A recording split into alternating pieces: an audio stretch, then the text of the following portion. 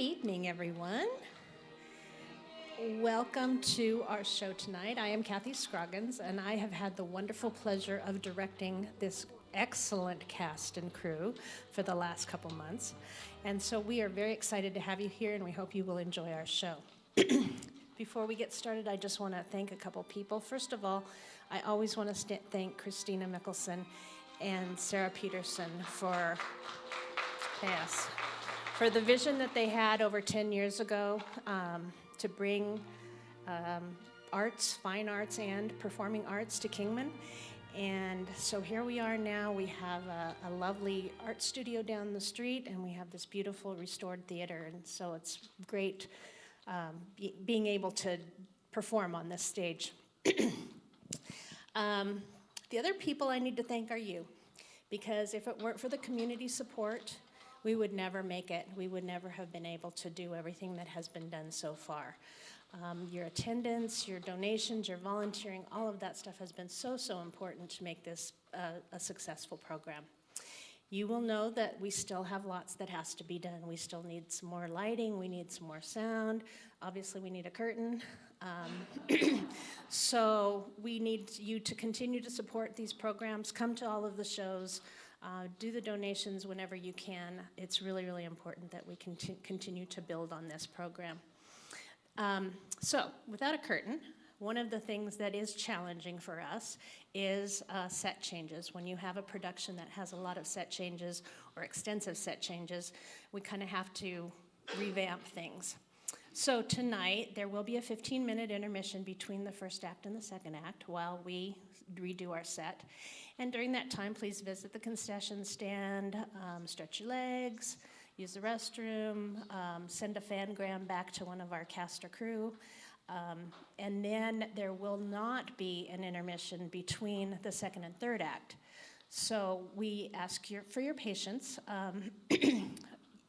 Our stage manager backstage, my daughter Danielle, it will look like it's chaotic. However, she is a taskmaster, and she has it all organized to where everybody is doing something very specific. So they are very proud. They congratulate themselves every night as to the short amount of time that they can get through the set changes. So a little bit about our play. Oscar Wilde wrote this play back in the late 1800s. And he challenges his actors with some very long monologues that are sometimes a little bit confusing. So you will see tonight that there are some times where you really have to listen, but it is a fun, exciting play. I think you will really enjoy it. What else can I say? Well, I guess we should just get on with the show. So. I do encourage you to laugh, groan whenever something hits you, because there will be lots of times that you will need to do that. It helps to encourage our actors. They feed off your energy, so please feel free to laugh. And so with no further ado, I now present to you Beale Street Theater's production of Oscar Wilde's classic, The Importance of Being Earnest.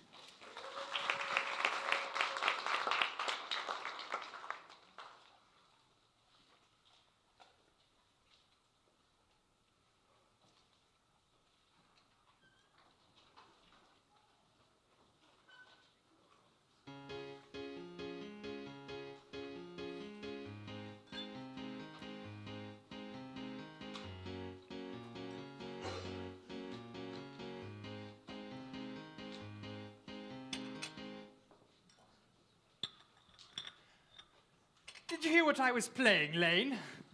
I didn't think it polite to listen, sir. I'm sorry for that. Have you got the cucumber sandwiches cut for Lady Bracknell? Yes, sir. By the way, Lane, I saw from your book that on Thursday night, when Lord Shoreham and Mr. Worthing were dining with me, that 8 bottles of champagne were entered as having been consumed. Yes, sir. 8 bottles and a pint. Why is it that at a bachelor's establishment, the servants invariably end up drinking the champagne? I merely ask for information. I attribute it to the superior quality of the wine, sir. I have often observed that in married households, the champagne is rarely of a first-rate brand. Good heavens, is marriage so demoralizing as that? I believe it is a very pleasant state, sir. I have very little experience of it myself up to the present. I have only been married once, and that was in consequence of a misunderstanding between myself and the young person. I don't think I'm much interested in your family life, Lane. No, sir. It is not a very interesting subject.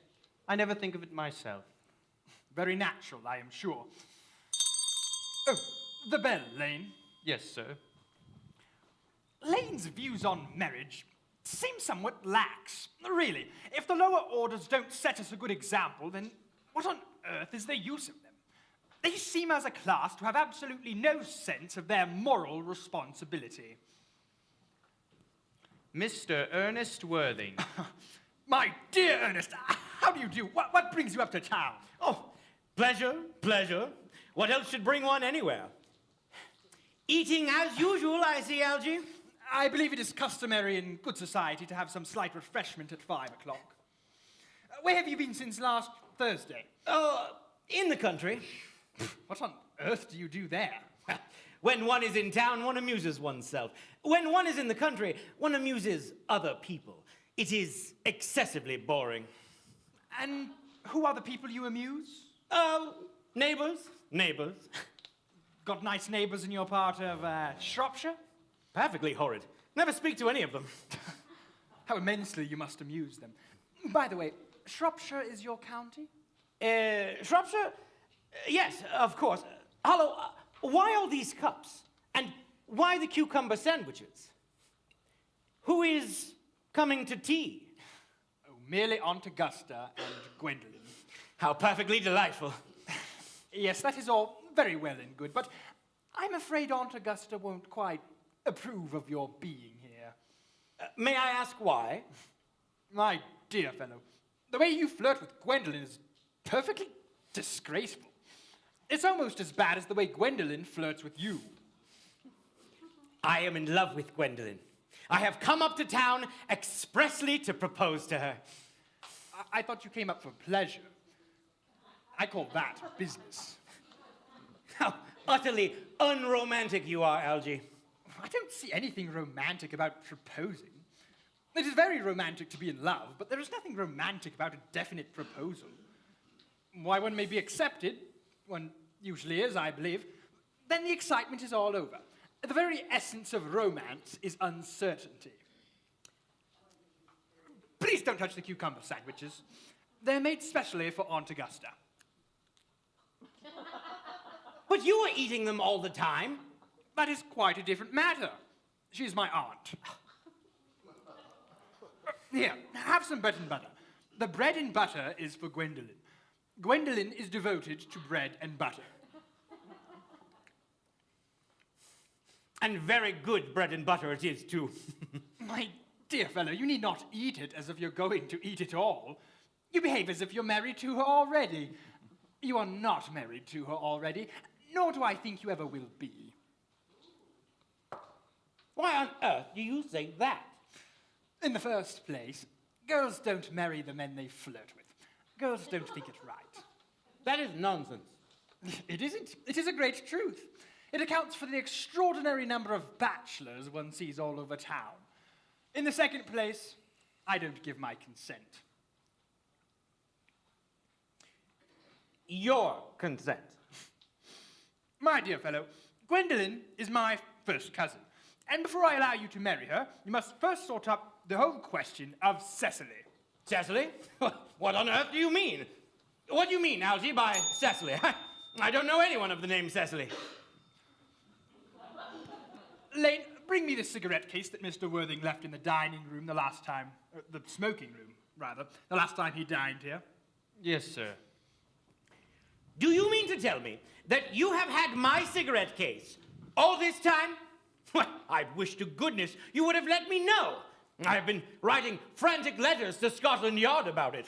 I was very nearly offering a large reward. I wish you would offer one. I happen to be more than usually hard up. Well, there is no point in offering a large reward now that the thing is found. I think think it rather mean of you, Ernest, I must say. However, it makes no matter, for now that I look at the inscription inside, I find the thing isn't yours after all. Of course it's mine. You've seen me with it 100 times, and you have no right whatsoever to read what is written inside.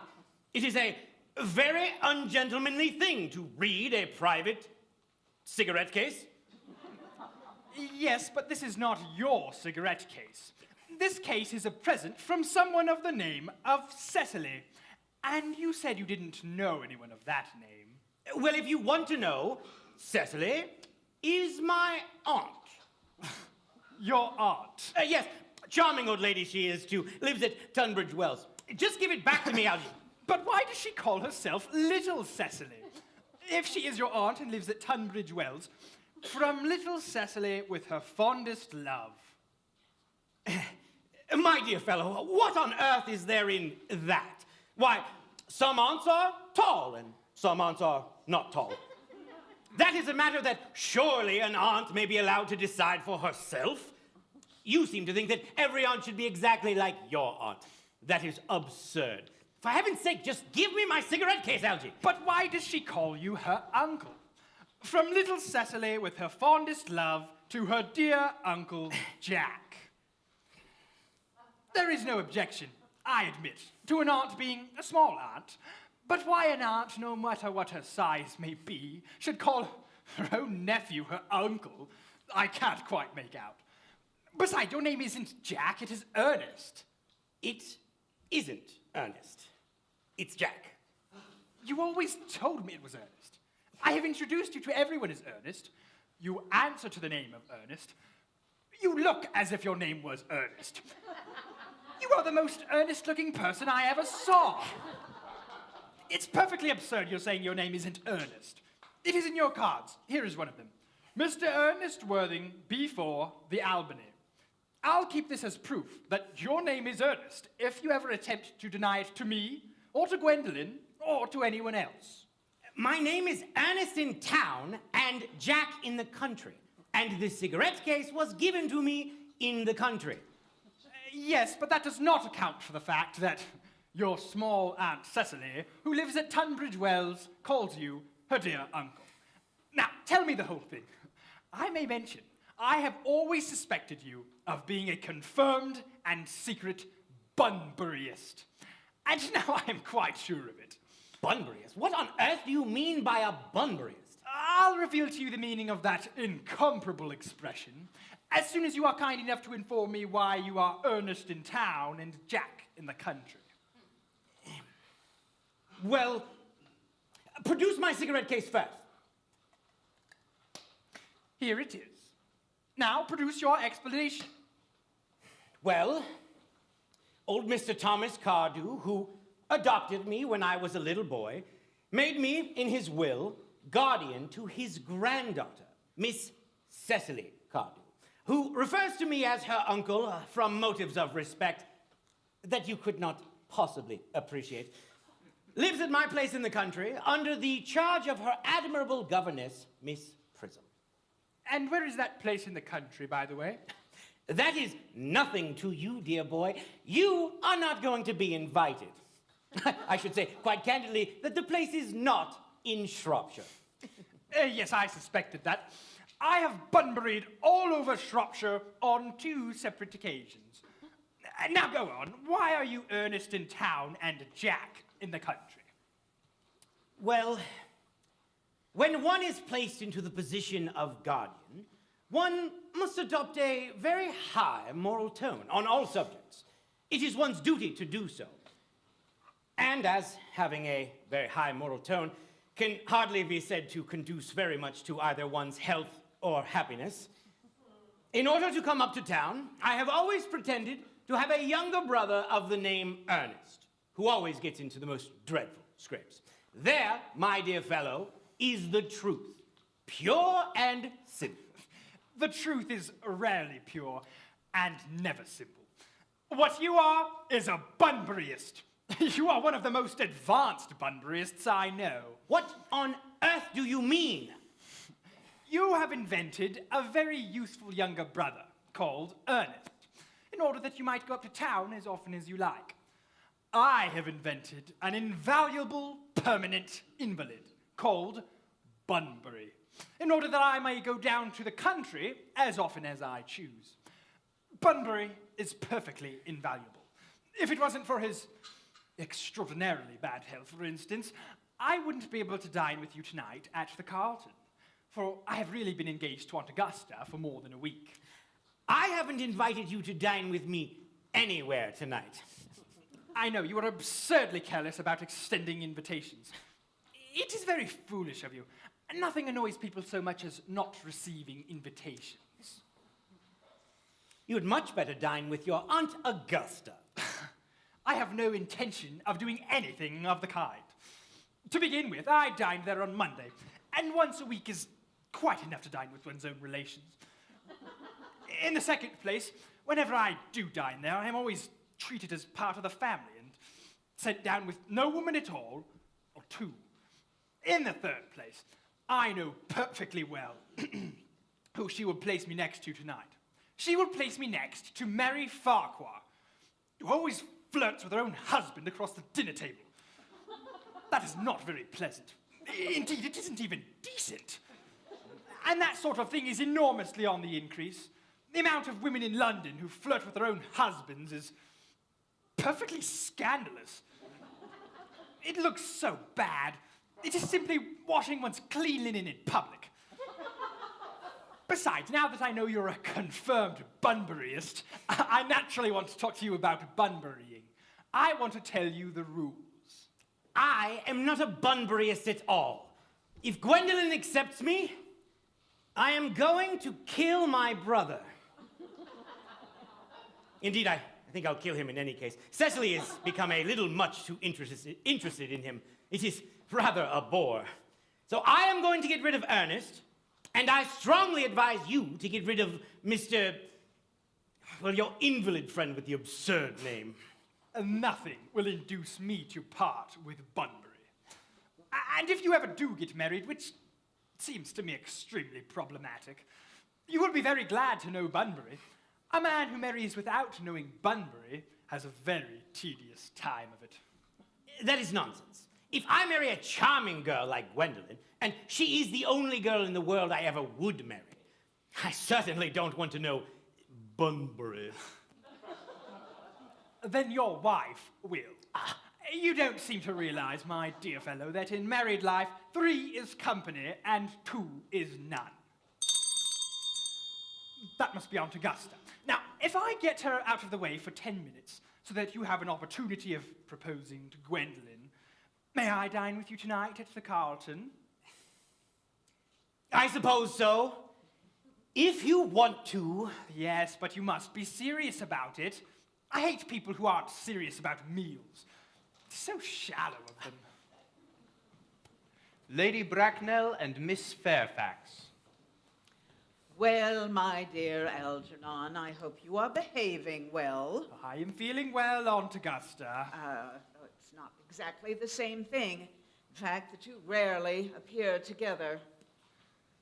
Good afternoon, Mr. Worthing. How do you do? Dear me, you are smart. I am always smart, aren't I, Mr. Worthing?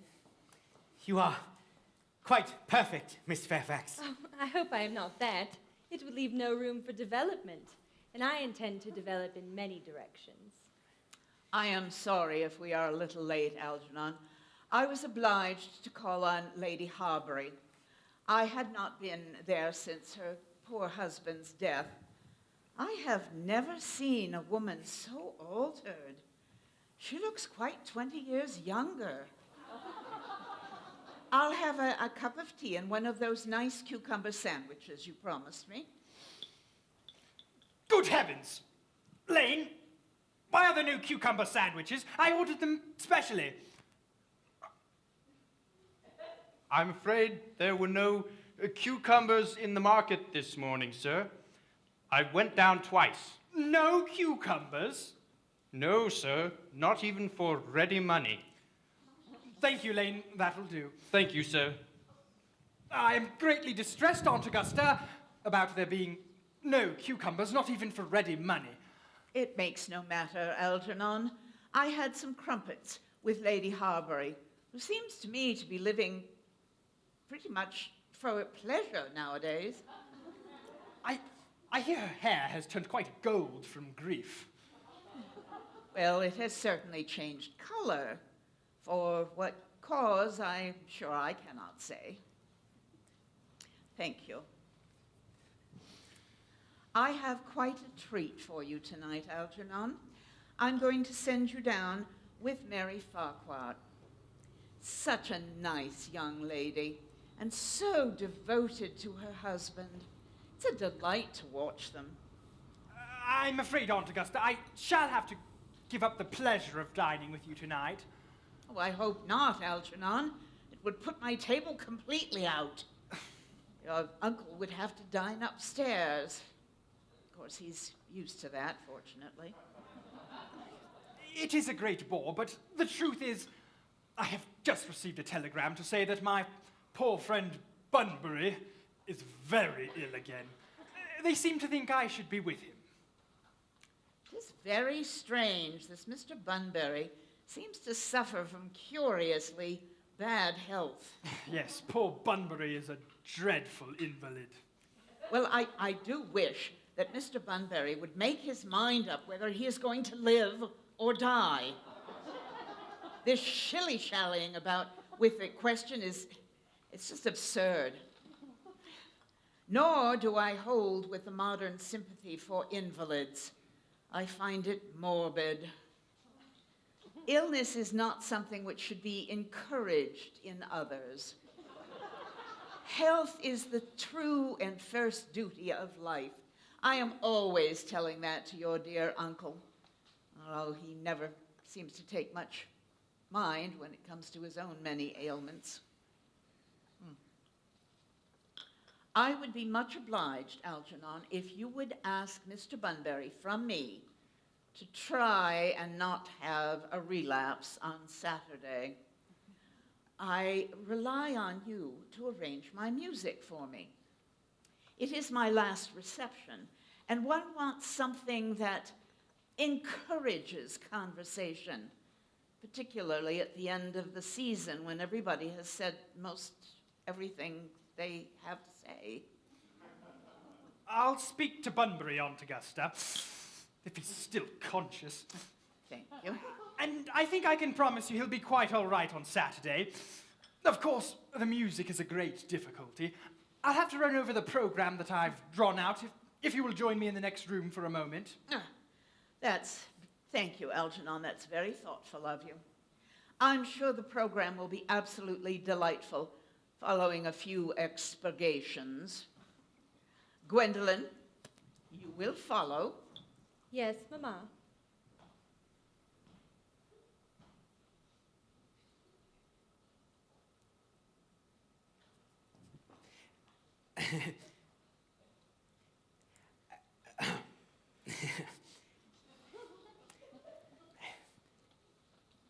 Charming day it has been, Miss Fairfax. Pray don't talk to me about the weather, Mr. Worthing. Whenever people talk to me about the weather, I always feel quite certain they mean something else. And that makes me so nervous. I do mean something else. I thought so. And I would like to be allowed to take advantage of Lady Bracknell's temporary absence. I would certainly advise you to do so. Mamma has a way of coming back suddenly into a room I have had to speak to her about.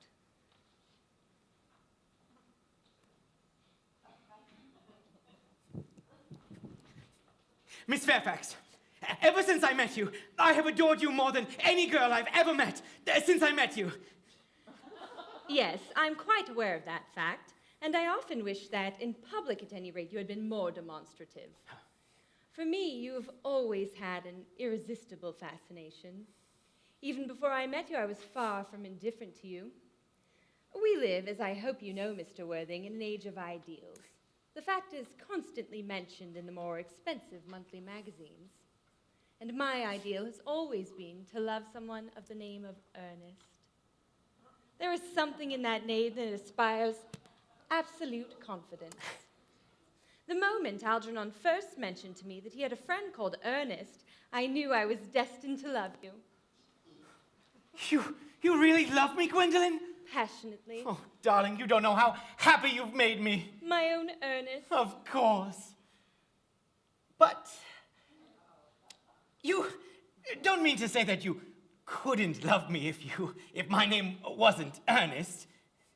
But your name is Ernest. Yes, I know it is. But supposing it was something else. You don't mean to tell me that you couldn't love me then, do you? Oh, that is clearly a metaphysical speculation. And like all metaphysical speculation, has very little reference to the actual facts of reality as we know them. Well, personally, darling, to speak quite candidly, I don't much care for the name of Ernest. I don't think it suits me at all. It suits you perfectly.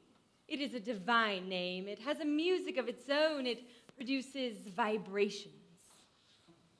Well, honestly, darling, I think that there are lots of other much nicer names. I think Jack, for instance, a charming name. Jack? No. There is very little music in the name Jack, if any at all indeed. It does not thrill. It produces absolutely no vibrations. I have known several Jacks, and they all, without exception, were more than usually plain. Besides, Jack has a notorious domesticity for John, and I pity any woman married to a man called John. She would probably never be allowed to know the entrancing pleasure of a single moment's solitude. The only really safe name is Ernest. Gwendolyn, I must get christened at once. Oh, I mean, we must get married at once. Married, Mr. Worthing? Well, surely. You know that I love you, and you have led me to believe, Miss Fairfax, that you are not absolutely indifferent to me. I adore you, but you haven't proposed to me yet. Nothing has been said at all about marriage. The subject has not even been touched on. Well, may I propose to you now? I think it would be an admirable opportunity.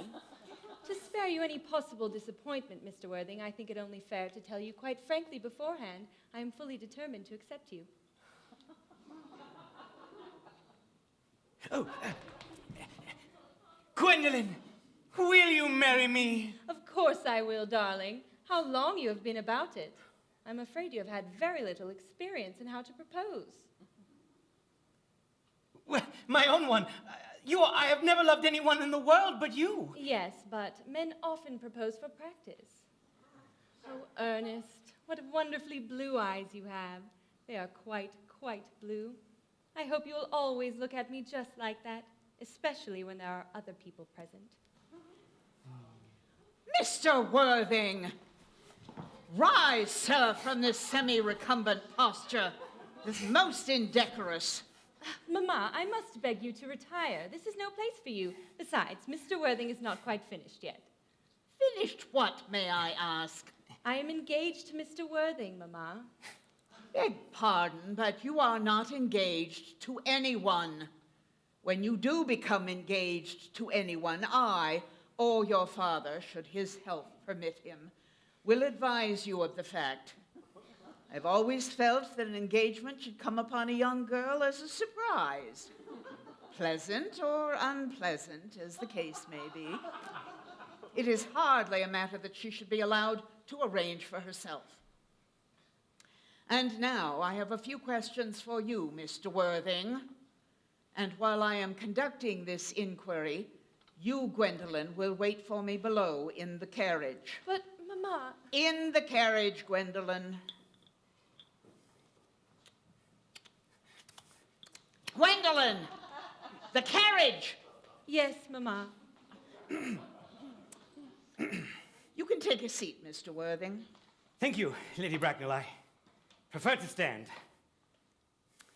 I feel I must inform you that you are not on my list of eligible young men, although I share the same list as the dear Duchess of Bolton. We work together, in fact. I am prepared, however, to enter your name, should your answers be what a really affectionate mother should desire.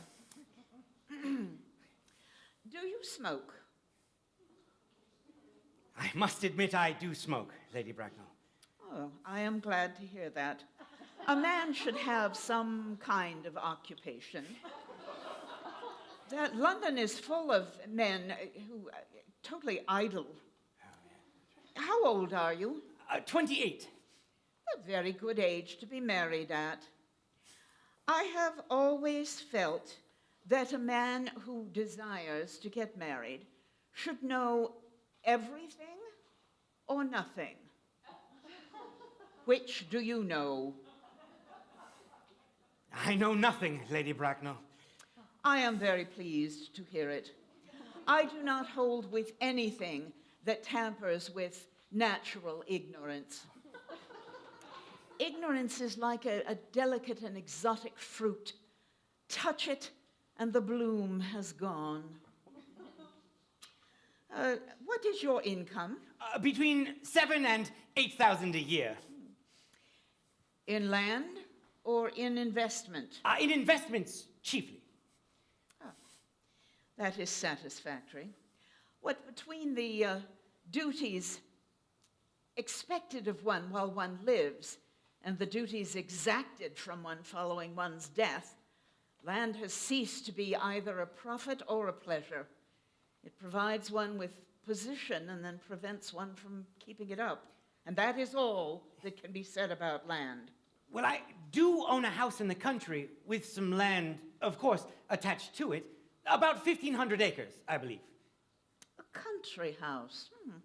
How many bedrooms? Well, that matter can be addressed afterwards.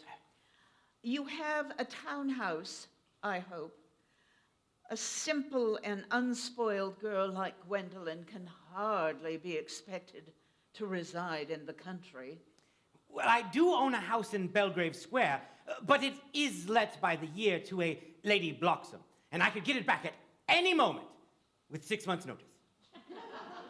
Lady Bloxham. I don't know her. Oh, she goes about very little. She is a lady considerably advanced in years. Well, nowadays that is no guarantee of respectability of character. What number in Belgrave Square? 149. Oh, the unfashionable side. I thought there was something. Well, that can be altered very easily. Now, to minor matters. Are your parents living? I have lost both my parents, Lady Bracknell. Both? To lose one could be considered misfortune. To lose both seems more like carelessness. Who was your father? He appears to have been a man of some wealth. Was he born to what the radical papers call the purple of commerce? Or did he rise from the ranks of the aristocracy? I'm afraid I really don't know. The fact is, Lady Bracknell, I said that I had lost both my parents, but it may be nearer to the truth to say that my parents seem to have lost me. I don't know who I am by birth. I was found. Found? Yes, the late Mr. Thomas Cardew found me and gave me the name of Worthing because he happened to have a first-class ticket for Worthing in his pocket at the time. Worthing is a seaside resort in Sussex. And where did this charitable gentleman with a first-class ticket to this seaside resort find you? In a handbag? A handbag? Yes, a handbag. A somewhat large leather handbag with a handle to it. An ordinary handbag, in fact. In what locality did this Mr. Thomas Cardew find this ordinary handbag? In the cloakroom at Victoria Station. It was given to him in mistake for his own. I must confess, Mr. Worthing, I am somewhat confused by what you have just told me. To be born, or at any rate bred, in a handbag, whether it had a handle or not, seems to me to show a contempt for the ordinary decencies of family life that remind one of the worst excesses of the French Revolution. And I presume you know what that unfortunate movement led to. As to the specific locality in which the handbag was found, a cloakroom at a railway station might serve to conceal a social indiscretion. Has probably indeed been used for such purpose in the past, but it is hardly an assured basis for a recognized position in good society. Well, then, may I ask what you advise me do? I need hardly say that I would do anything in the world to ensure Gwendolyn's happiness. Well, I would strongly advise you, Mr. Worthing, to acquire some relations of some sort as soon as possible, and to attempt to produce, at any rate, one parent of either sex before the season is quite over. Well, I don't really see how I can possibly do that. I can produce the handbag at any moment. It's in my dressing room at home. I really think that ought to be enough to satisfy you, Lady Bracknell. Me? What has it to do with me? You cannot imagine that I and Lord Bracknell would ever dream of allowing our only daughter, a girl carefully brought up, to marry into a cloakroom, form an alliance with a handbag. Good morning, Mr. Worthing. Good morning.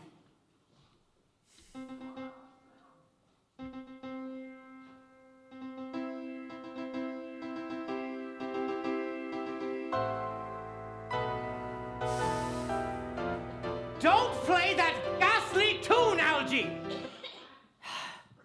How idiotic! Didn't it go off all right, old boy? You don't mean to say that Gwendolyn refused you? Oh, as far as Gwendolyn is concerned, we are engaged.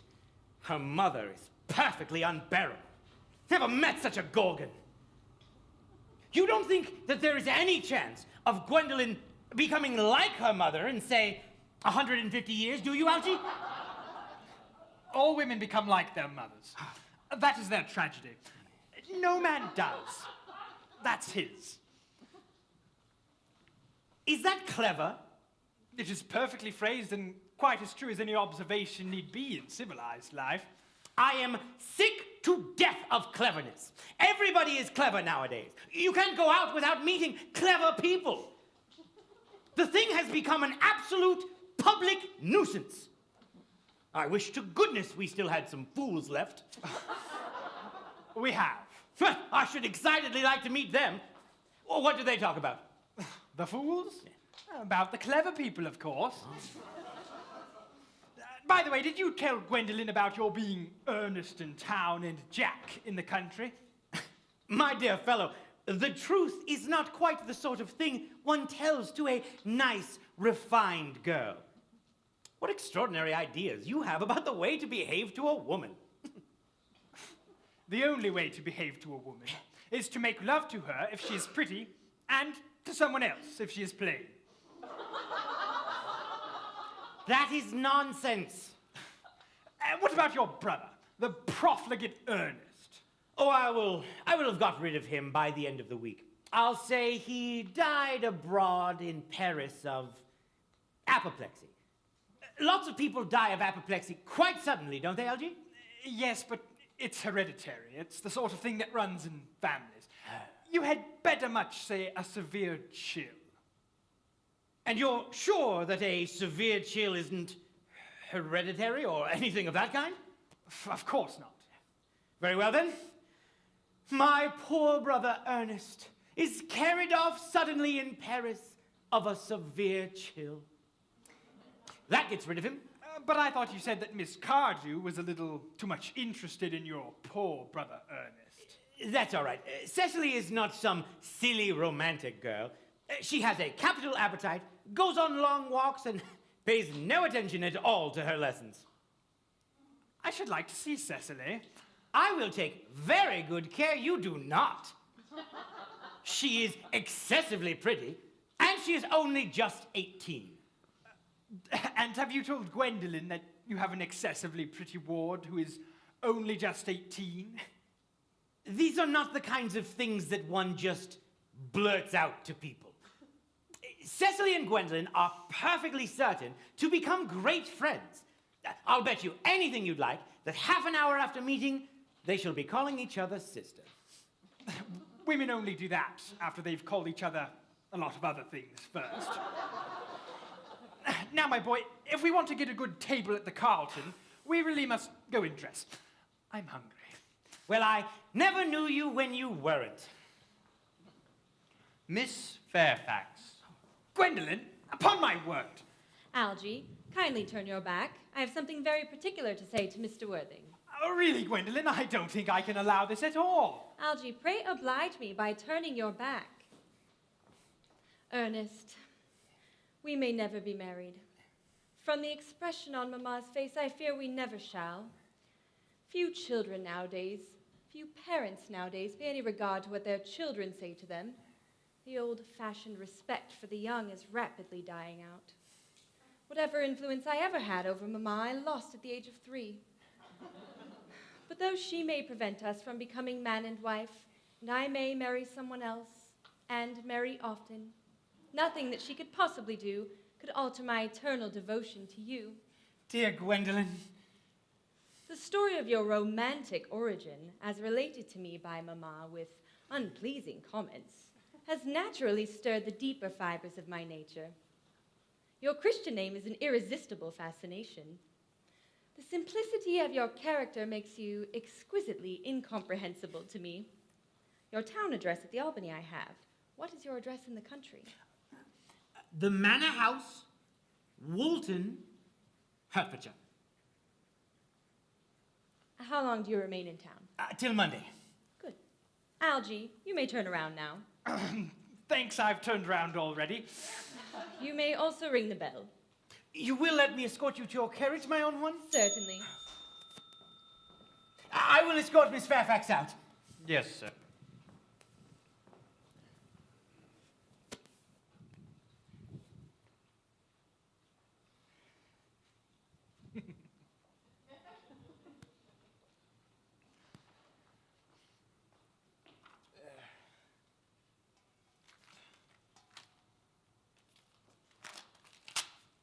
Tomorrow, Lane, I'm going Bunburying.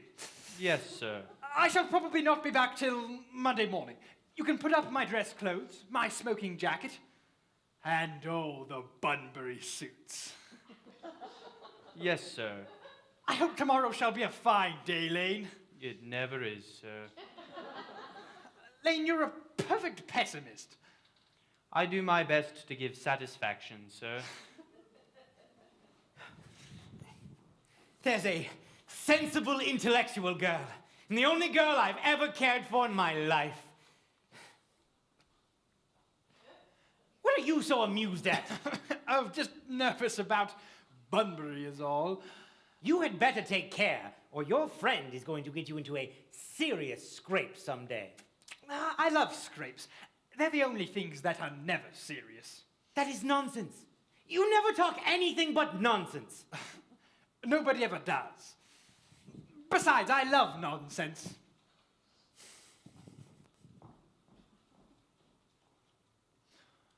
The Manor House, Woolton, Hertfordshire.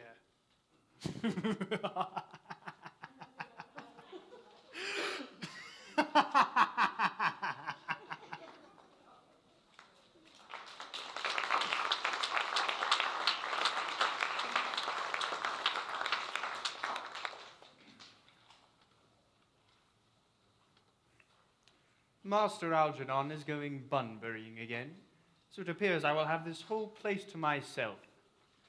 A luxury I'm sure I will most thoroughly enjoy.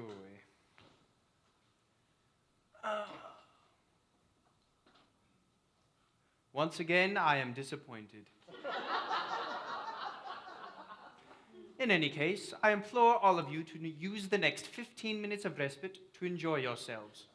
Use the restroom if you must, Perhaps purchase concessions. But at the end of this 15-minute intermission, be sure to return, for I expect this evening to prove most entertaining.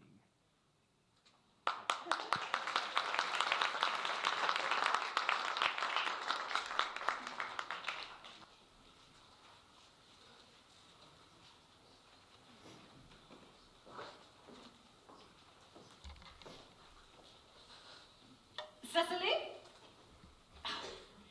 Cecily, surely watering the flowers is more Moulton's duty than yours.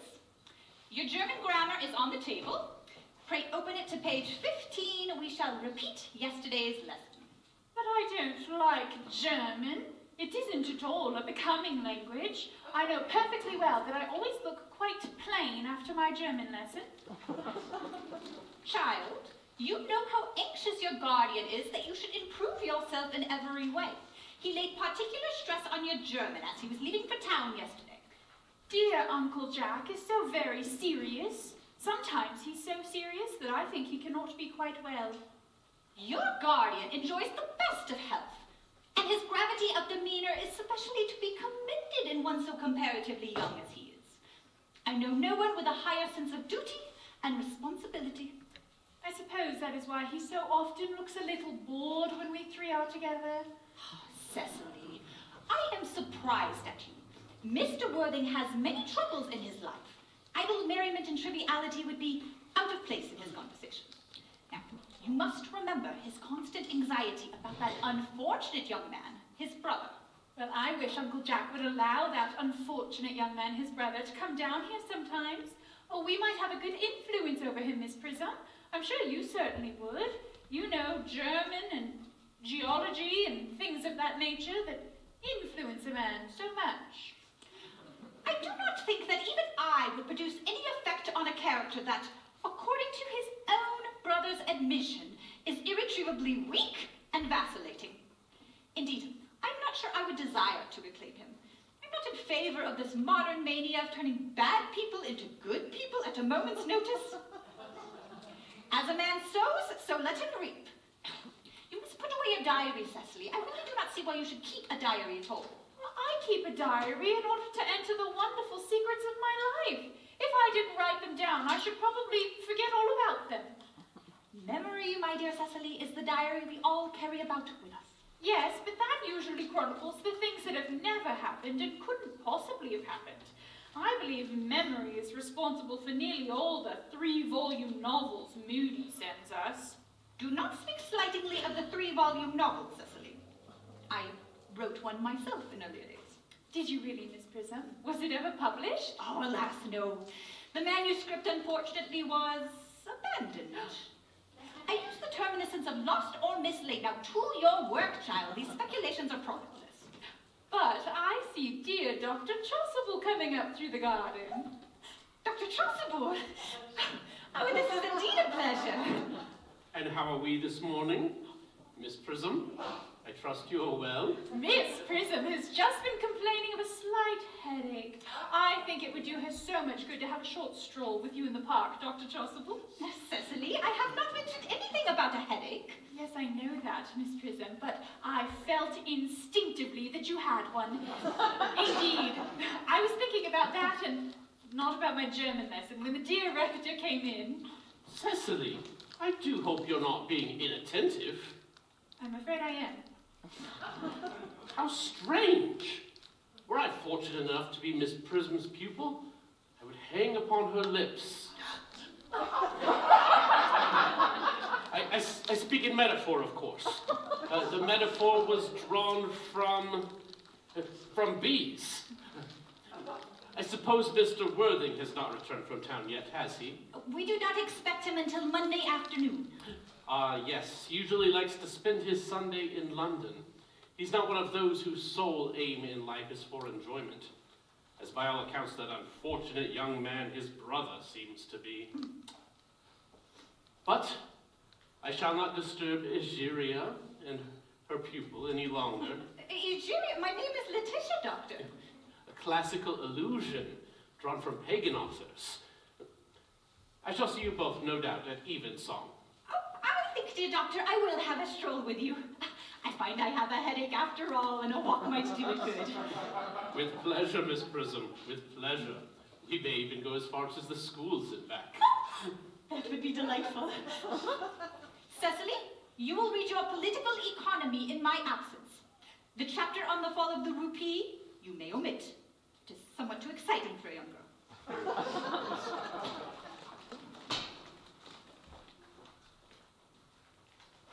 Horrid political economy, horrid geography, horrid German. Mr. Ernest Worthing has just driven over from the station. He has brought his luggage with him. Mr. Ernest Worthing, before the Albany, Uncle Jack's brother? Did you tell him Mr. Worthing was in town? Yes, miss. He seemed very much disappointed. I told him that you and Miss Prism were in the garden. He said he was anxious to speak to you privately for a moment. Tell Mr. Ernest Worthing to come out here. Oh, and I suppose you better speak to the housekeeper about a room for him. Yes, miss. I've never met any really wicked person before. I feel rather frightened. I'm afraid he'll look just like anyone else. He does. You are my little cousin Cecily, I am sure. You are under some strange mistake. I am not little. In fact, I believe I'm more than usually tall for my age. But I am your cousin Cecily. You, I see from your card, are Uncle Jack's brother, my cousin Ernest, my wicked cousin Ernest. Oh, but I am really not wicked at all, cousin Cecily. You mustn't think that I am wicked. If you're not, then you've certainly been deceiving us all in a very inexcusable manner. I hope you've not been leading a double life, pretending to be wicked but being really good all the time. That would be hypocrisy. Of course, I have been rather reckless. I'm glad to hear it. In fact, now that you mention it, I have been very bad in my own small way. Well, I don't think you should be so proud of that. Though I'm sure it must have been very pleasant. It is much pleasanter being here with you. I can't understand how you're here at all. Uncle Jack won't be back till Monday afternoon. This is a great disappointment, as I'm obliged to go up Monday morning. I really think you should wait for Uncle Jack. I know he wants to speak to you about your emigrating. About my what? You're emigrating? He's sending you to Australia. Australia? I'd sooner die. Well, he said at dinner on Wednesday night that you would have to choose between this world, the next world, and Australia. Oh, well, the accounts I have received of Australia and the next world are not promising. This world is good enough for me, cousin Cecily. Yes, but are you good enough for it? I'm afraid I'm not.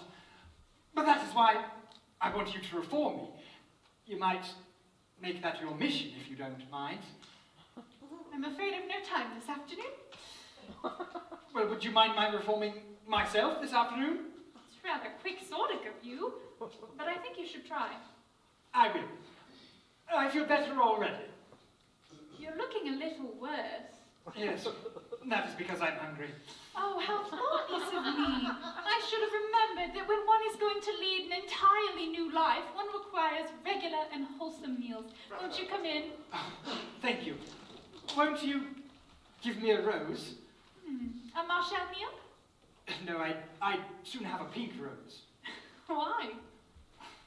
Because you are like a pink rose, cousin Cecily. I don't think it can be right for you to talk to me like that. Miss Prism never says such things to me.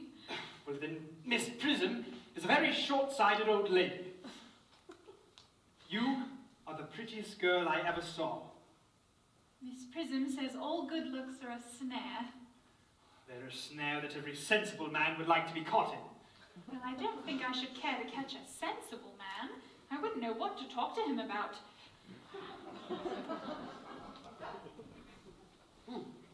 The wall came tumbling down and nearly crossed one of the servants. Oh, Dr. Jocelyn. Oh, but where is Cecily?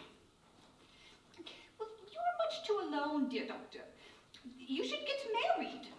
misanthrope I can understand, but a womanthrope, never. The pretense as well as the practice was distinctly against matrimony. Well, that is obviously the reason why the primitive church has not lasted up until the present day. You do not seem to realize, dear doctor, that by persistently remaining single, a man converts himself into a permanent public temptation. Men should be more careful. This very celibacy leads weaker vessels astray. But is a married man not as equally attractive? But no married man is ever attractive. Except to his wife. And often I've been told not even to her. Oh, but where is Cecily? Perhaps she followed us to the schools. Mr. Worthing, Mr. Worthing, we did not know to look for you until Monday afternoon. I have returned sooner than expected. Dr. Chasuble, I hope you are well. dear Mr. Worthing, I do hope this garb of woe does not betoken some terrible calamity. My brother, More shameful debts and extravagances. Still living his life of pleasure. dead. Your brother, Earnest? Dead? Quite dead. What a lesson for him. I trust you will profit by it. Mr. Worthing, I offer my sincere condolences. You have at least the consolation of knowing that you were always the most generous and forgiving of brothers. My poor brother, he had many faults, but it is a sad blow. Quite sad. Were you with him at the end? No, he seems to have died suddenly in Paris of a severe chill. None of us is perfect. I myself am particularly susceptible to a draft. Would you Would you say something for me at Sunday service? Yes, in fact, one of my sermons that I give, the sermon on the meaning of the manna in the wilderness, it can be adapted to almost any situation, joyful or, as present circumstance, distressing. In fact, I've given it at harvest festivals and christenings, confirmations, days of humiliation, and even festal days. The last time I delivered it, I was in the cathedral. It was a charity sermon for the Society of the Prevention of Discontentment among the upper classes. It was quite the sermon. The bishop who was present was quite struck by some of the analogies that I had drawn. That reminds me, you mentioned christenings, I think, Dr. Chasuble. I trust that you know how to christen, all right? Of course. I mean, so you are continuously christening, are you not? It is, I regret to say, one of the rector's more constant duties in his parish. I've often had to speak to the poorer classes on the subject, but they do not seem to know what restraint is. But is there a particular infant in which you're interested, Mr. Worthing? Your brother Earnest was, I believe, unmarried, was he not? Oh, yes. Quite unmarried. People who live entirely for pleasure usually are. No, the thing is, dear doctor, it is not for any child. I am quite fond of children. No, the fact is, I would like to be christened myself this afternoon, if you haven't got anything better to do. But surely, Mr. Worthing, you've been christened already. I don't remember anything about it.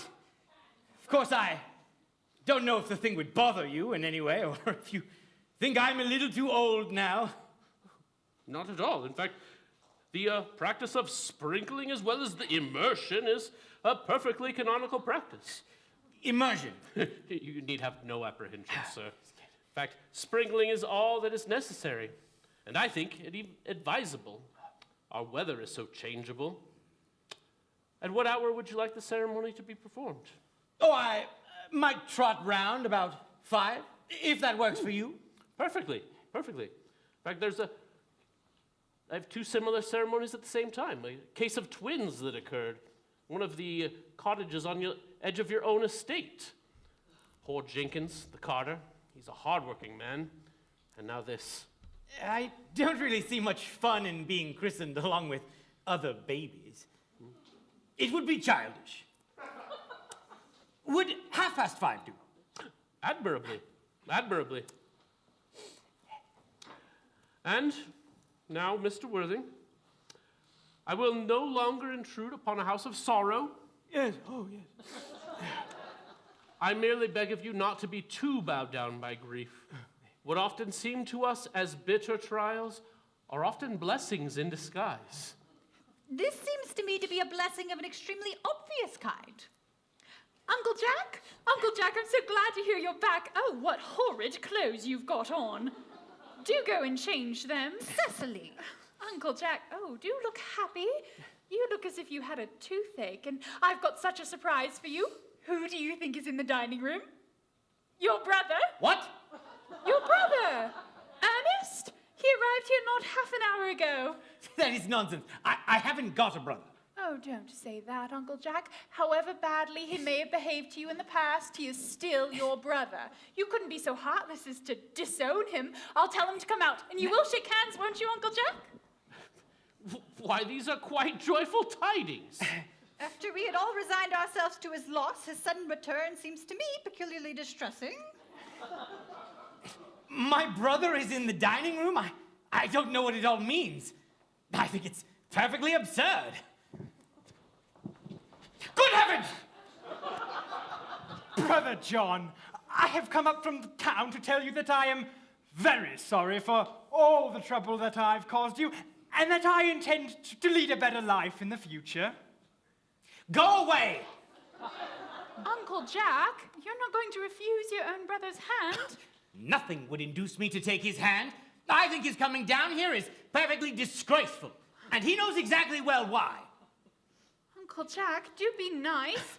There's some good in everyone. Why, Ernest has just been telling me about his poor invalid friend, Mr. Bunbury, whom he goes to visit so often. Of course, I must admit that the faults were all on my side. But I must say, I find Brother John's coldness to me peculiarly painful. I expected a more enthusiastic welcome, especially considering this is the first time I've come here. Uncle Jack, if you do not shake hands with your brother, I will never forgive you.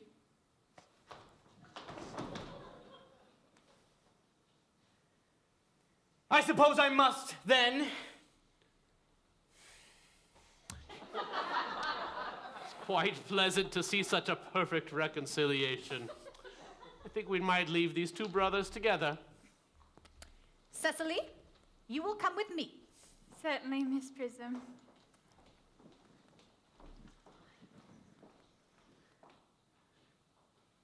You have got to get out of here at once, Algie. I do not allow any bunburying here.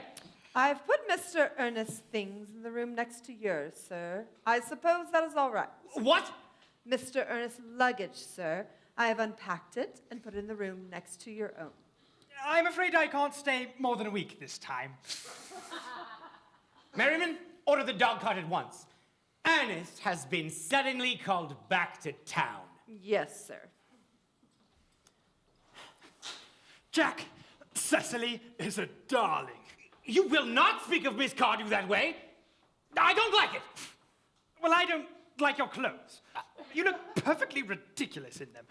Why on earth don't you go and change? It is perfectly childish to be in deep mourning for a man who happens to be staying with you in your own house as a guest. I call it grotesque. You are certainly not staying with me for a week as a guest or anything else. You've got to leave by the 4:05 train. Well, I certainly won't leave you while you are in mourning. Oh, it would be most unfriendly. If I were in mourning, you would stay with me, I suppose.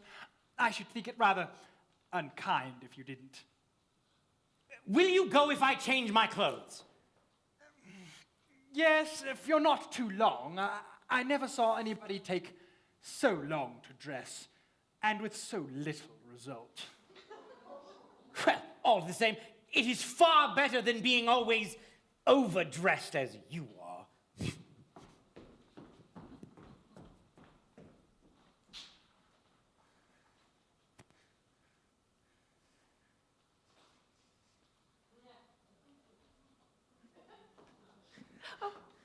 There you are.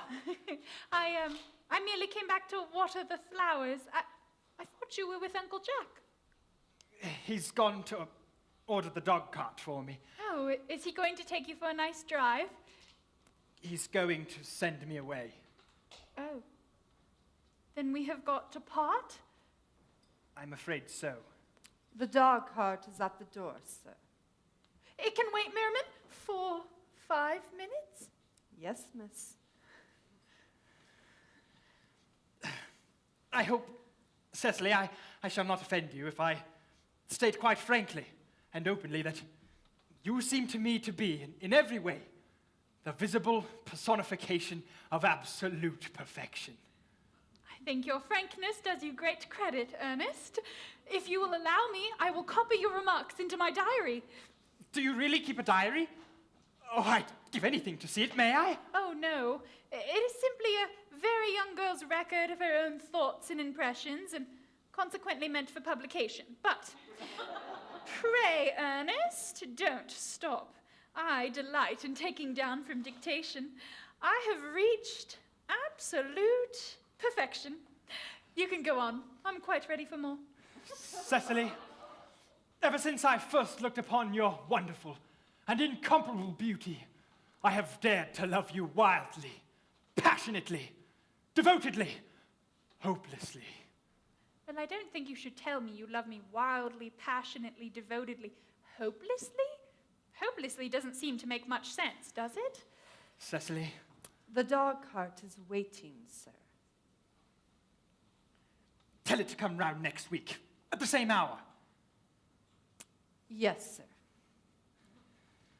Uncle Jack would be very much annoyed if he knew you were staying on till next week and at the same hour. Well, I don't care about Jack. I don't care for anybody in the whole world but you. I love you, Cecily. You will marry me, won't you? Oh, you silly boy. Why, we've been engaged for the last 3 months. For the last 3 months? Yes, it will be exactly 3 months on Thursday. But how did we become engaged? Well, ever since dear Uncle Jack first confessed to us that he had a younger brother who was very wicked and bad, you, of course, have formed the chief topic of conversation between myself and Miss Prism. And of course, a man who is much talked about is always very attractive. One feels there must be something in him after all. And I dare say it was foolish of me, but I fell in love with you, Ernest. Darling.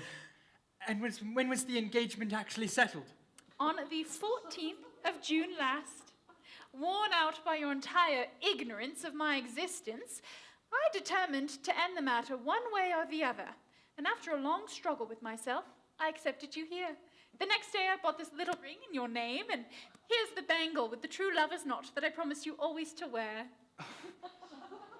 Did I give you this? Oh, it's very pretty, isn't it? Yes, you've wonderfully good taste, Ernest. It's the excuse I've always given for you leading such a bad life. Oh, and here's the box in which I keep all your dear letters. My letters? But my own sweet Cecily, I have never written you any letters. Well, you need hardly remind me of that, Ernest. I remember only too well that I was forced to write your letters for you. I wrote always 3 times a week and sometimes oftener. Oh, do let me read them. Oh, I couldn't possibly. They would make you far too conceited.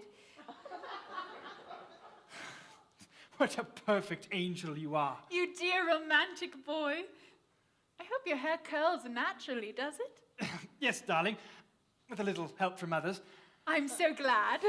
You'll never break off our engagement? Oh, I don't see how I could now that I've actually met you. Besides, of course, there is the question of your name. Yes, of course. Oh, you mustn't laugh at me, darling, but it has always been a girlish dream of mine to love someone whose name was Earnest. There's something in that name that seems to inspire absolute confidence. I pity any poor married woman whose husband is not called Earnest. But my dear child, you don't mean to say that you could not love me if I had some other name? But what name? Oh, anything you like. Algernon, for instance? But I don't like the name of Algernon. Well, I really don't see why you should object to the name of Algernon. It isn't at all a bad name. In fact, it's rather an aristocratic name. But seriously, Cecily, if my name was Algie, couldn't you love me? I might respect you, Ernest. I might admire your character, but I fear I would not be able to give you my undivided attention. Cecily, your rector here is, I presume, thoroughly experienced in the practice of all the rites and ceremonials of the church. Oh, yes, Dr. Chasuble is a most learned man. He's never written a single book, so you can imagine how much he knows. I must see him at once on an important matter of christening. I mean, business. I'll be back in half an hour. What an impetuous boy he is. I like his hair so much. I must enter his proposal in my diary. A Miss Fairfax has just called to see Mr. Worthing on very important business, Miss Fairfax states. Isn't Mr. Worthing in his library? Mr. Worthing headed in the direction of the rectory some time ago. Well, Miss Fairfax must be one of the many elderly good women who are associated with Uncle Jack and some of his philanthropic work in London. I don't quite like women who are interested in philanthropic work. I think it is so forward of them. Yes, miss. Pray tell the lady to come out here. Mr. Worthing is sure to be back soon. Oh, and you can bring tea. Yes, miss.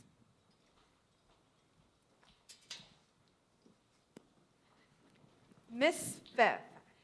Pray allow me to introduce myself to you. My name is Cecily Cardew. Cecily Cardew, what a very sweet name. Something tells me we are going to be great friends. I like you already more than I can say. My first impressions of people are never wrong. Well, how nice of you to like me so much after we've known each other such a comparatively short time. Pray sit down. I may call you Cecily, may I not? Oh, with pleasure. And you will always call me Gwendolen, won't you? If you wish. Then that is all settled, is it not? Well, I hope so. Perhaps this might be favorable for my mentioning who I am. My father is Lord Bracknell. You have never heard of Papa, I suppose? I don't think so. Outside the family circle, Papa, I am glad to say, is entirely unknown. I think that is quite as it should be. The home seems to me to be the proper sphere for the man. Cecily, Mamma, whose views on education are remarkably strict, has brought me up to be extremely short-sighted. It is part of her system. Would you mind my looking at you through my glasses? Oh, not at all, Gwendolen. I'm very fond of being looked at.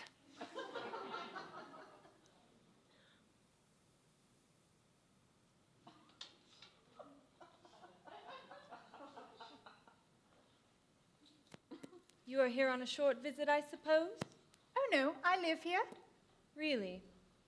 Your mother, no doubt, or some female relative of advanced years resides here also? Oh, no, I have no mother, nor, in fact, any relations. Indeed.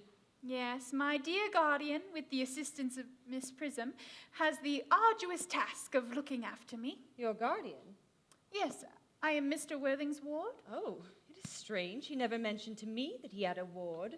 How secretive of him. He grows more interesting hourly.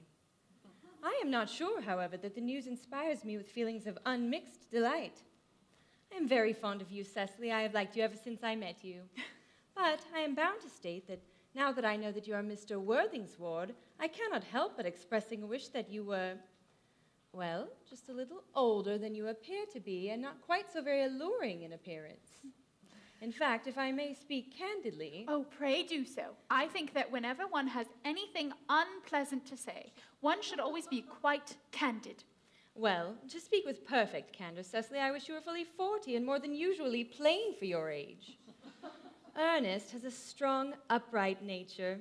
He is the very soul of truth and honor. But even men of the noblest possible moral character are extremely susceptible to the influence of the physical charms of others. I beg your pardon, Gwendolen, did you say Ernest? Yes.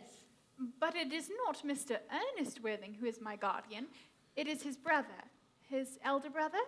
Ernest never mentioned to me that he had a brother. I'm sorry to say they've not been on good terms for a long time. That accounts for it. And now that I think of it, I have never heard any man mention his brother. The subject seems distasteful to most men. Of course, you are quite sure it is not Mr. Ernest Worthing who is your guardian? Quite sure. In fact, I'm going to be his. I beg your pardon. Well, I see no reason to make any secret of it to you, dear Gwendolen. Our little county newspaper is sure to chronicle the fact next week, but Mr. Ernest Worthing and I are engaged to be married. My darling Cecily, I fear there must be some slight error. Mr. Ernest Worthing is engaged to me. The announcement will appear in the Morning Post on Saturday at the latest. I'm afraid there must be some mistake. Ernest proposed to me exactly 10 minutes ago. It is certainly very curious, for he asked me to be his wife yesterday afternoon at 5:30. If you care to verify the incident, pray do so. I never travel without my diary. One must always have something sensational to read in the train. I am so sorry, dear Cecily, if it is any disappointment to you, but I am afraid I have the prior claim. It would distress me more than I can say, dearest Gwendolen, if it caused you any physical or mental anguish, but I feel bound to point out that since Ernest proposed to you, he has clearly changed his mind. If the poor fellow has been entrapped into any foolish promise, I shall consider it my duty to rescue him at once and with a firm hand. Whatever unfortunate entanglement my dear boy may have gotten himself into, I will never reproach him with it after we are married. Do you allude to me, Miss Cardew, as an entanglement? You are presumptuous. On an occasion of this kind, it becomes more than a moral duty to speak one's mind. It becomes a pleasure. Do you suggest, Miss Fairfax, that I entrapped Ernest into an engagement? How dare you? This is no time for wearing the shallow mask of manners. When I see a spade, I call it a spade. Oh, I am glad to say I have never seen a spade. It is obvious our social spheres have been widely different. Shall I lay the tea here as usual, miss? Yes, as usual. Quite a well-kept garden this is, Miss Cardew. So glad you like it, Miss Fairfax. I had no idea there were any flowers in the country. Flowers is common here, Miss Fairfax, as people are in London.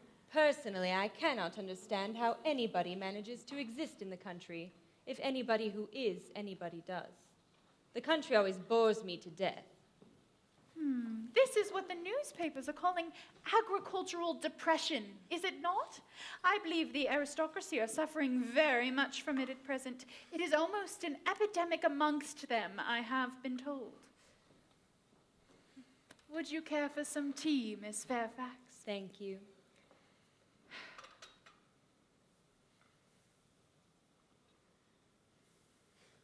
Sugar? No, thank you. Sugar is not fashionable anymore.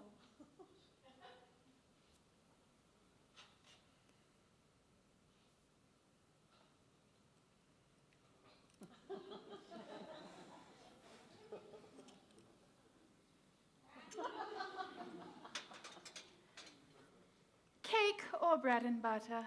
Bread and butter, please. Cake is rarely seen at the best houses nowadays.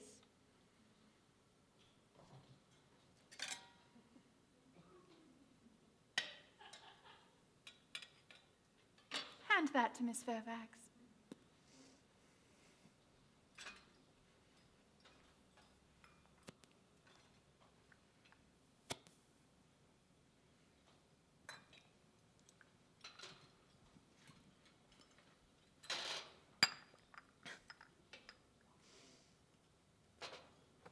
You have filled my tea with lumps of sugar, and though I asked most distinctly for bread and butter, you have given me cake.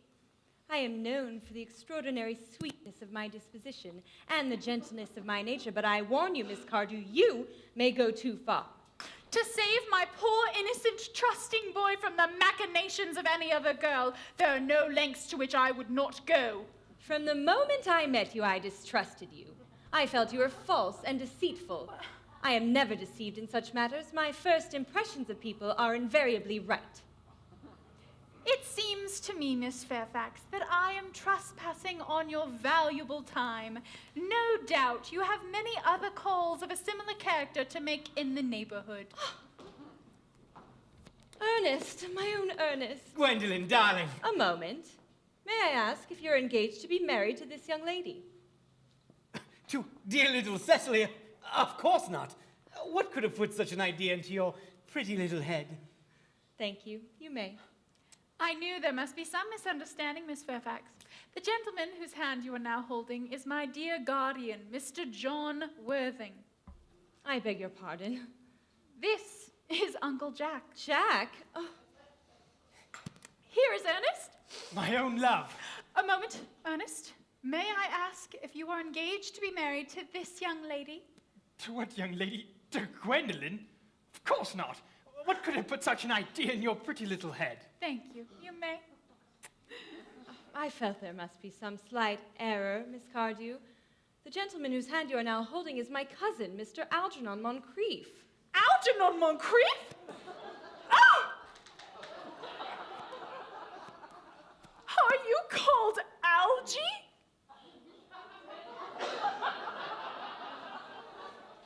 I cannot deny it. Oh! Is your name really John? I could deny it if I'd like. I could deny anything if I'd like. But my name certainly is John. It has been John for years. A gross deception has been practiced on both of us. My poor wounded Cecily. My sweet wronged Gwendolen. You will call me sister, will you not? There's just one question I would like to be allowed to ask my guardian. An admirable idea, Miss Worthing. There is just one question I would like to be permitted to put to you. Where is your brother Ernest?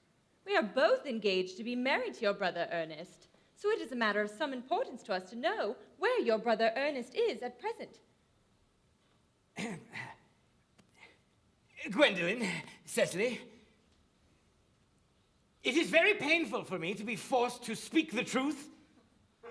It is the first time in my life that I have ever been reduced to such a painful position. And I really am quite inexperienced at doing anything of the kind. But I will tell you quite frankly that I have no brother Ernest. I have no brother at all. I have never had a brother in my life, and I certainly have not the smallest intention of ever having one in the future. No brother at all? None. Have you never had a brother of any kind? Never. Not even of any kind. I am afraid it is quite clear, dear Cecily, that neither of us is engaged to be married to anyone. It's not a very fortunate position for a young girl to suddenly find herself in, is it? Let us go into the house. They will hardly venture to come after us there. No, men are such cowards, aren't they?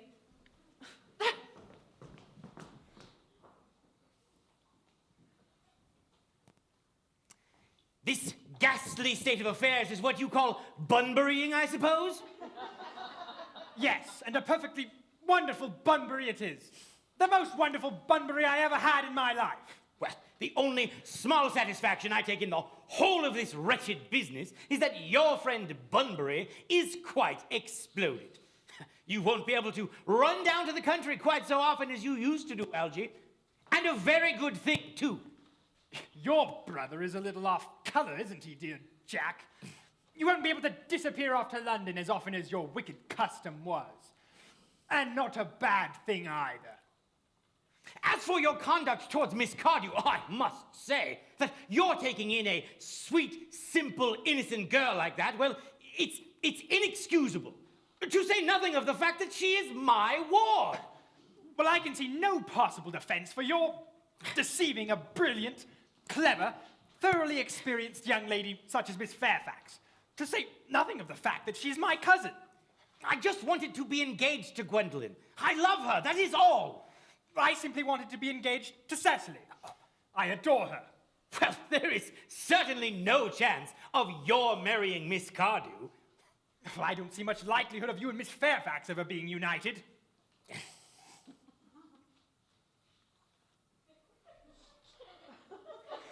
How can you sit there calmly eating muffins when we are in this terrible trouble? I can't make out. You seem to me to be perfectly heartless. Well, I can't eat muffins in an agitated manner. The butter might get on my cuffs. One must always eat muffins quite calmly. It is the only way to eat them. I say, it is perfectly heartless. You are eating muffins at all under the circumstances. When I am in trouble, eating is the only thing that consoles me.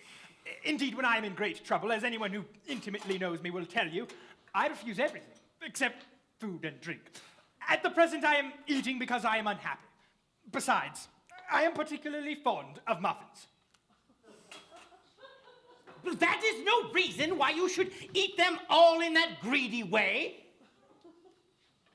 Yeah, I wish you would have some tea cake. I don't like the tea cake. Good heavens! I suppose a man may eat his own muffins in his own garden. But you have just said it was perfectly heartless to eat muffins. I said it was perfectly heartless of you under the circumstances. That is a very different thing. That may be, but the muffins are the same. Algernon, I wish you would go.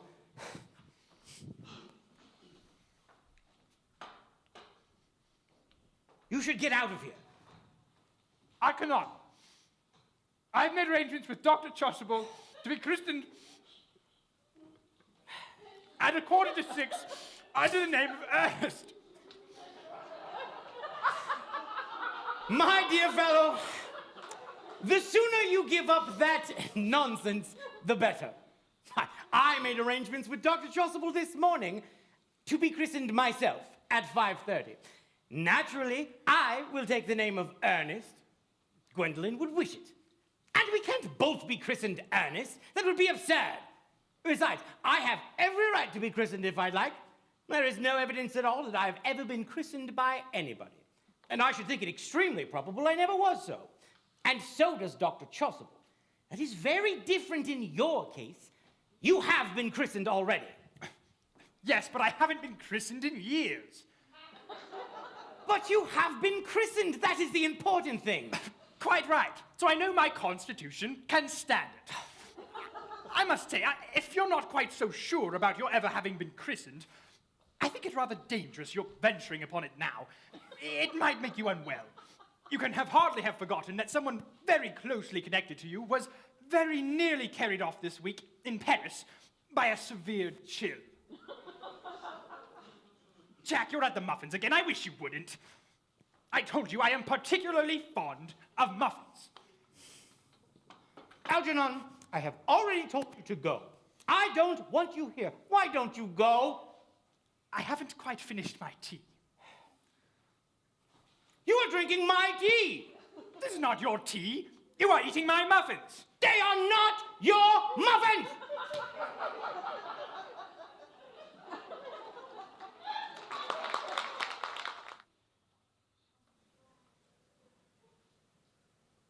The fact that they did not follow us at once into the house, as anyone else would have done, seems to me to show they have some sense of shame left. They're eating muffins. That looks like repentance. They're looking at us. What effrontery. Oh, they're approaching. Oh, that's very forward of them. Let us preserve a dignified silence. Oh, certainly, it's the only thing to do now.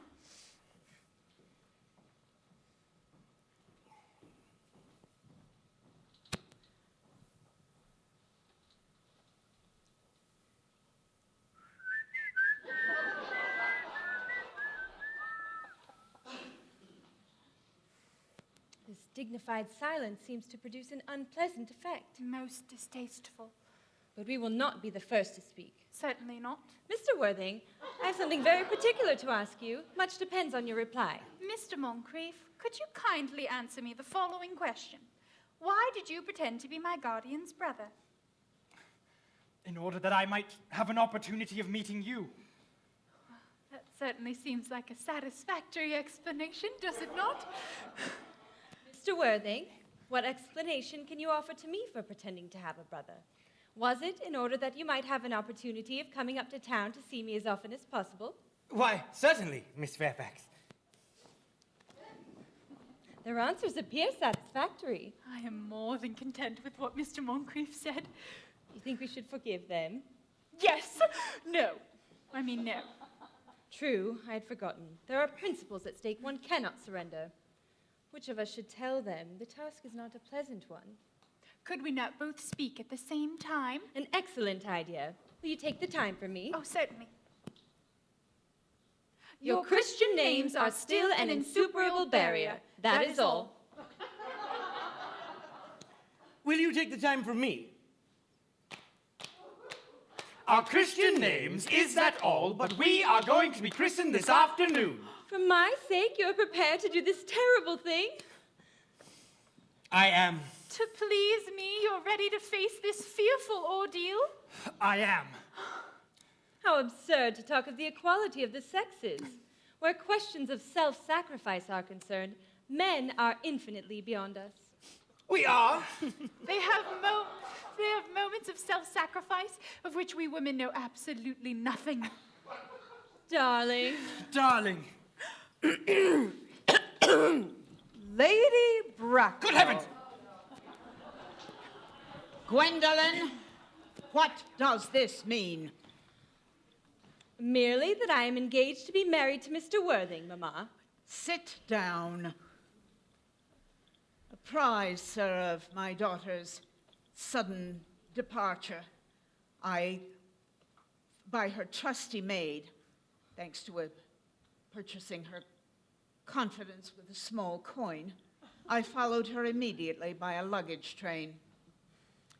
Mr. Worthing, you must now understand that all communication between yourself and my daughter must stop immediately, as of this moment. On this point, as indeed on all points, I am firm. I am engaged to be married to to Gwendolen, Lady Bracknell. You are nothing of the kind, sir. And now, as regards Algernon. Algernon! Yes, Aunt Augusta. May I ask if it is in this house that your invalid friend, Mr. Bunbury, resides? Oh, no, Bunbury does not live here. Bunbury is somewhere else at present. In fact, Bunbury is dead. Dead? When did Mr. Bunbury die? His death must have been extremely sudden. Bunbury has exploded. I mean, I killed Bunbury this afternoon. What? I mean, Bunbury died this afternoon. I should say, the doctors found that Bunbury could not live. So Bunbury died. Really? He must have had great confidence in the opinion of his physicians. I am glad, however, that at the last he made up his mind to some definite course of action and acted under proper medical advice. Now that Mr. Bunbury has been buried, Mr. Worthing, may I ask, who is the young lady whose hand my nephew Algernon is holding in what seems to me a peculiarly unnecessary manner? That, Lady Bracknell, is Miss Cecily Cardew, my ward. I am engaged to be married to Cecily, Aunt Augusta. I beg your pardon.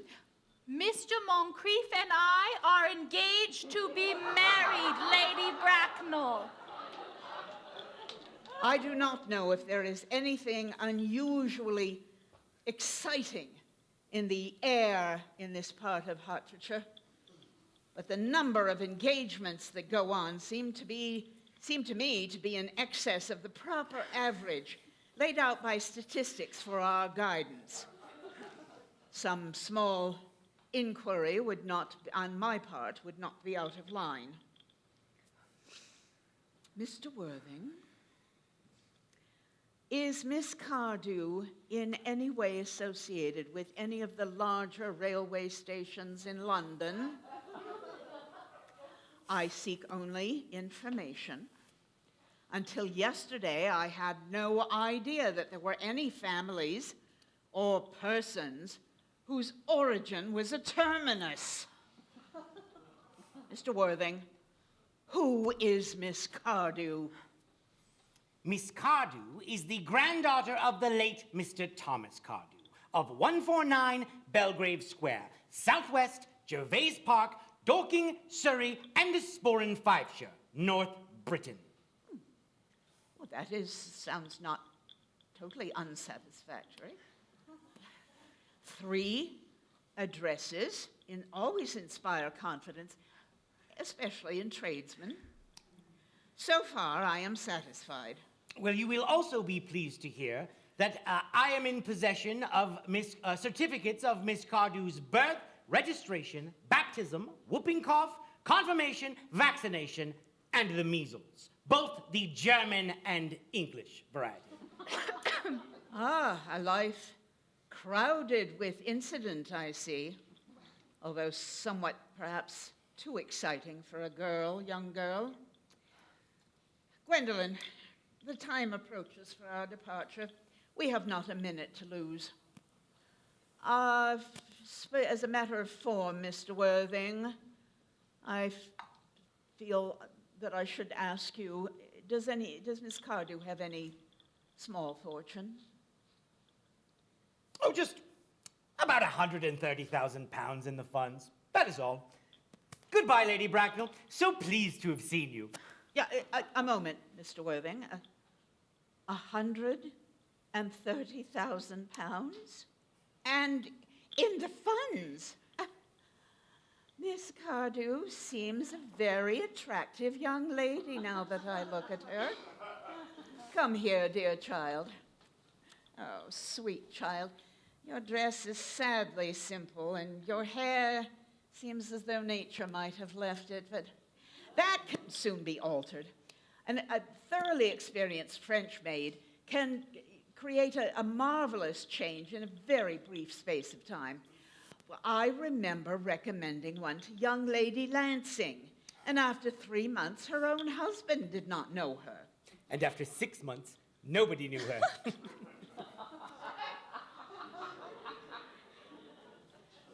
Turn around, sweet child. Algernon, Yes, Aunt Augusta? there are distinct social possibilities in Miss Cardew. Cecily is the sweetest, dearest, prettiest girl in the whole world. And I don't care 2 pence about social possibilities. Never speak disrespectfully of society, Algernon. Only those people who can't get into it do that. Of course, sweet child, you do understand that Algernon has nothing to fall back on or depend on other than his debts. But I am not in favor myself of mercenary marriages. When I married Lord Bracknell, I had no fortune of any kind whatsoever, and I never dreamed of allowing that to stand in my way. Well, I suppose I must give my consent. Thank you, Aunt Augusta. Cecily, you may kiss me. Thank you, Aunt Augusta. I think the marriage should take place quite soon. Thank you, Aunt Augusta. To speak frankly, I am not in favor of long engagements. They give people the opportunity to learn each other's character before marriage, which is never a good idea. I beg your pardon for interrupting you, Lady Bracknell, but this engagement is entirely out of the question. For what reason, may I ask? Oh, it pains me very deeply to speak frankly to you, Lady Bracknell, about your nephew. But I suspect him of being untruthful. Untruthful? My nephew Algernon? Impossible. He's an Oxonian. I'm afraid there can be very little doubt about the matter at all. This afternoon, during my temporary absence in London, on an important question of romance, he gained admission into my home under a false pretense of being my brother. Under an assumed name, he succeeded in the course of the afternoon in alienating the affections of my only ward. He subsequently stayed to tea and devoured every single muffin. And to make matters all the more heartless is he was perfectly well aware from the first that I haven't got a brother, and that I never even had a brother, not even of any kind. I distinctly told him so myself yesterday afternoon. Mr. Worthing, after careful consideration, I have decided to entirely overlook my nephew's behavior towards you. Sweet child, how old are you, my dear?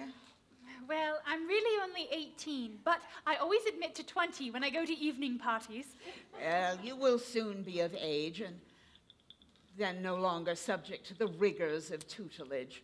So I think that your guardian's consent is a small matter. Pray excuse me for interrupting you again, Lady Bracknell, but I believe it only fair that I tell you, according to the terms of her grandfather's will, Miss Cardew does not come legally of age until she is 35. Well, that does not seem to me to be a grave objection. 35 is a very attractive age. London society is full of women of the highest birth who have, of their own free choice, remained 35 for years. Algie, could you wait for me till I was 35? Of course I could, Cecily. You know I could. Yes, I felt it instinctively, but I couldn't wait all that time. Then what is to be done? I don't know, Mr. Moncrief. My dear Mr. Worthing, as Miss Cardew plainly states that she cannot wait until she is 35, a statement which seems to me to show a somewhat impatient nature, I would beg of you to reconsider your decision. But my dear Lady Bracknell, the matter is entirely in your own hands. The moment you consent to my marriage to Gwendolen, I will gladly allow your nephew to form an alliance with my ward. Mr. Worthing, certainly you understand that what you propose is out of the question. Then a passionate celibacy is all that any of us can hope for. Well, that is not the destiny I propose for Gwendolen. Come along, dear. Algernon, of course, can decide for himself, but Gwendolen, come along. We've already missed 5, if not 6 trains, so we must leave. Is everything quite ready for the christenings? Christenings? Is that not a bit premature? What, both of these gentlemen have expressed a desire for immediate christening. At their age? The idea is grotesque and irreligious. Algernon, I absolutely forbid you to be christened. I will not tolerate such excesses. If Lord Bracknell found out that this was the way that you wanted to spend your time and money, he would be very disappointed. Am I to understand there to be no christenings at all this afternoon? Well, I think that as things now stand, it would be of no practical value to either of us. Mr. Worthing, it grieves me to hear such sentiments from you. But I shall return to the church immediately. In fact, I've just been informed that for the past hour and a half, Miss Prism has been waiting for me in the vestry. Miss Prism? Did I hear you say Miss Prism? Yes, Lady Bracknell, I'm on my way to go join her. A moment, if I may, sir. Is this Miss Prism a female of somewhat repellent aspect, loosely associated with education? She is the most cultivated of ladies and the very picture of respectability. Obviously the same person. May I ask what position she holds in your household, sir? Madam, I am a celibate. Miss Prism has been for the last 3 years Miss Cardew's esteemed governess and valued companion. I must see this Miss Prism at once. Have her sent for. I was told you expected me in the vestry, dear Canon. I have been waiting for you there for 1 hour and 3/4. Prism! Lady Bracknell. Come here, Prism.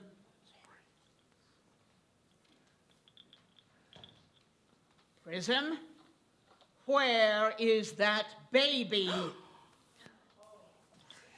27 years ago, Prism, you left Lord Bracknell's residence at 104 Upper Grosvenor Street in charge of a perambulator which contained an infant of the male sex. You never returned. A few weeks later, thanks to the extensive investigation of the Metropolitan Police, the perambulator was found at midnight, standing by itself in a remote corner of Bayswater. It contained the 3-volume manuscript of a novel of more than usually repugnant sentimentality. But the baby was not there. Prism, where is that baby? Lady Bracknell, I admit with shame that I do not know. I only wish I did. The plain facts of the case are these. On the morning of the day you mentioned, a day that is forever branded in my memory, I prepared as usual to take the baby out in the perambulator.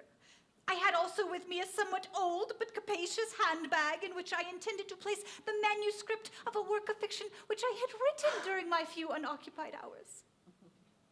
In a moment of mental abstraction, I deposited the manuscript into the bassinet and placed the baby in the handbag. But where did you deposit the handbag? Oh, do not ask me, Mr. Worthing. Miss Prism, this is a matter of no small importance to me. I insist on knowing where you deposited the handbag. In the cloakroom at Victoria Station, the Brighton line. I must retire to my room for a moment. Gwendolyn, wait for me here. If you are not too long, I will wait for you here all my life. Lady Bracknell, what do you suppose this means? I dare not even suspect, Dr. Chasuble. Uncle Jack seems strangely agitated. Your guardian has an emotional nature. Oh, this noise is perfectly unbearable. It has stopped. Well, I do wish you would come to some conclusion. The suspense is terrible. I hope it will last. Oh, boy. Is this the handbag? Examine it carefully before you speak. More than one person's happiness depends upon your answer. It appears to be mine. Oh, yes! Here is the injury it received through the upsetting of a Gower Street omnibus in younger and happier days. Oh, and here, on the lock are my initials. The bag is undoubtedly mine. I am delighted to have it so unexpectedly restored to me.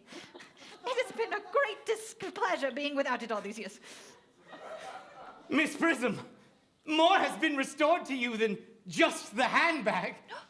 I was the baby you placed in it. You? Yes, Mother. No. Mr. Worthing, I am unmarried. Unmarried? Oh. I do not deny that that is a serious blow. But who may cast stones at one who has suffered? And why must there be one law for man and another for women? Mother, I forgive you. Mr. Worthing, there is some error. There is the lady who can tell you who you really are.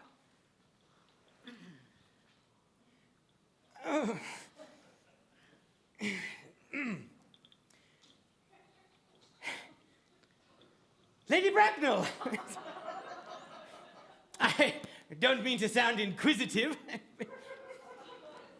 but would you kindly inform me of who I am?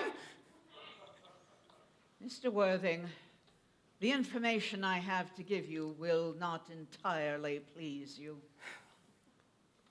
You are the son of my sister, poor Mrs. Moncrief, and consequently, Algernon's elder brother.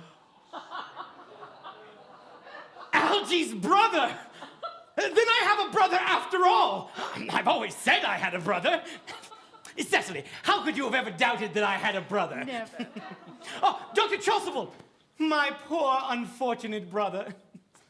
Gwendolyn, my poor unfortunate brother. My own. But what own are you? What is your Christian name now that you have become someone else? Good heavens, I had entirely forgotten that part. Aunt Augusta, a moment. When Miss Prism put me in the handbag, had I been christened already? Every luxury that money could buy, including christening, had been lavished upon you by your doting and fond parents. Then I have been christened after all. That settles that. Now, what name was I given? Tell me the worst. Well, as the eldest son, you were, of course, obviously, christened after your father, the general.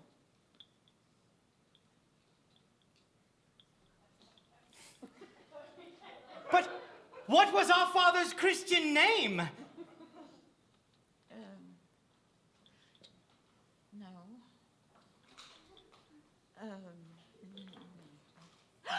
Now I remember. The general was called Earnest. I knew there was some reason I disliked the name. Ernest, I felt from the first you could have no other name. Gwendolyn. Letitia.